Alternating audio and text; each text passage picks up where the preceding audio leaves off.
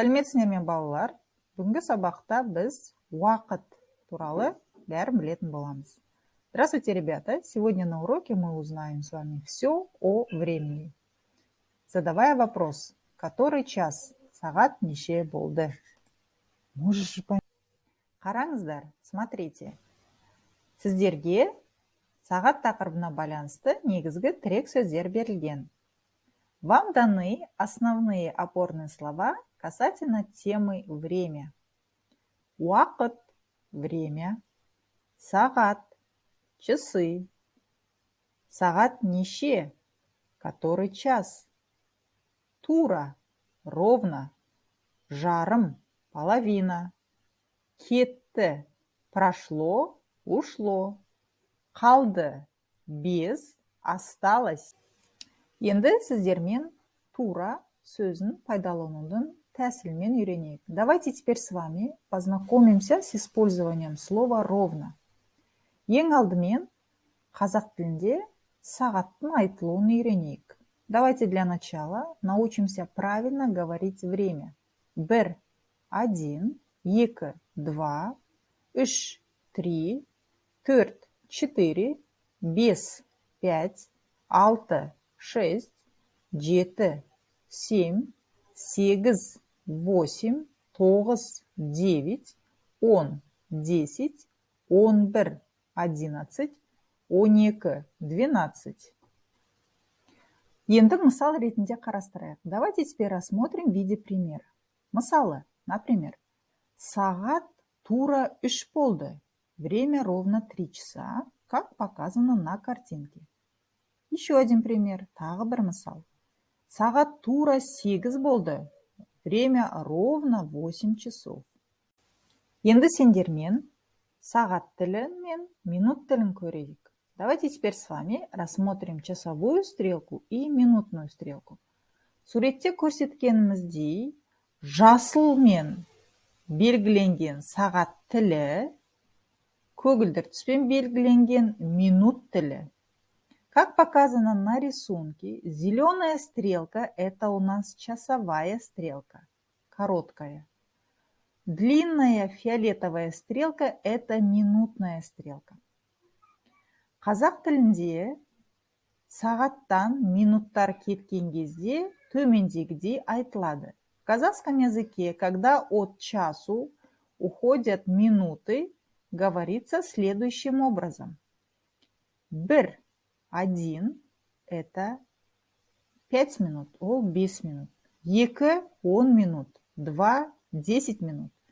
3 – 15 минут, 3 – 15 минут, 4 – 20 минут, 4 – 20 минут, 5 – 25 минут, 5 – 25 минут, 6 – жарым, 6 говорится как половина. 7 – 35 минут, 7 – 35 минут, 8 – 40 минут, 8 – 40 минут, 9 – 45 минут, 9 – 45 минут, 10 – 50 минут, 10 – 50 минут, 11 – 55 минут, 11 – 55 минут. Ары қарай сіздермен жарым сөзімен танысайық. Далее давайте с вами познакомимся со словом половина. Назар аударыңыздар, обратите внимание. Егер минут тілі тура 6 санында тұрса, сол кезде сағат жарым деп айтылады. Если минутная стрелка стоит, указывает на 6, на цифру 6, это означает половина. Например, мысалы, сағат 12 жарым, время половина первого. Сағат 6 жарым, время половина седьмого, как показано на картинке. Сағат 8 жарым, время половина девятого. Сағат 9 жарым, время половина десятого.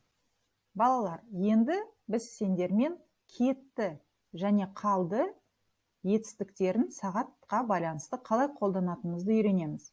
Ребята, теперь мы с вами познакомимся, как мы употребляем глагол прошло, ушло, без, осталось относительно к времени. Мысалы, например,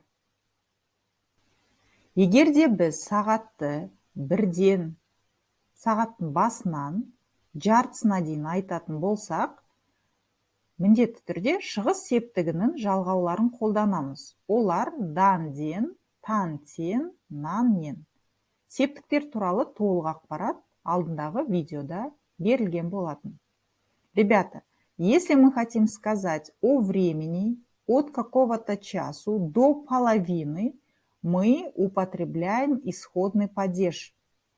Шығыс септік с окончаниями дан-ден, тан-тен, нан-нен.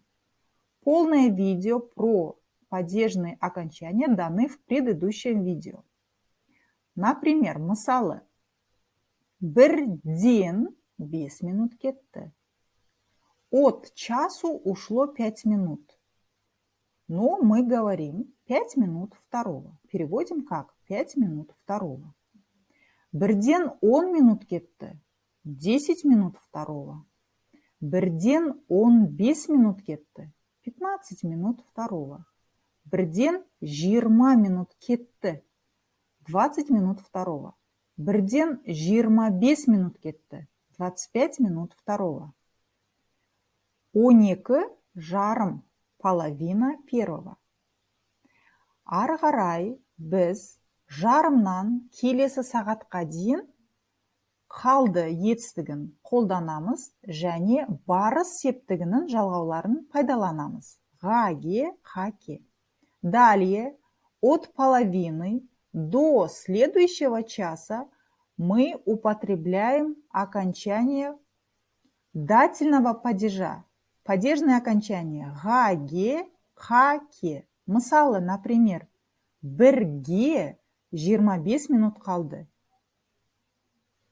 Переводится как без 25 минут час. Төртке 20 минут қалды. Без 20 минут 4. Үшке 15 минут қалды. Без 15 3. Бірге 10 минут қалды. Без 10 час. Бірге 5 минут қалды. Без 5 час. Және ең соңында сағат тура 1 болды. Время ровно час. Балалар, мына кестеде сағатқа қатысты барлық ақпарат толыққанды берілген.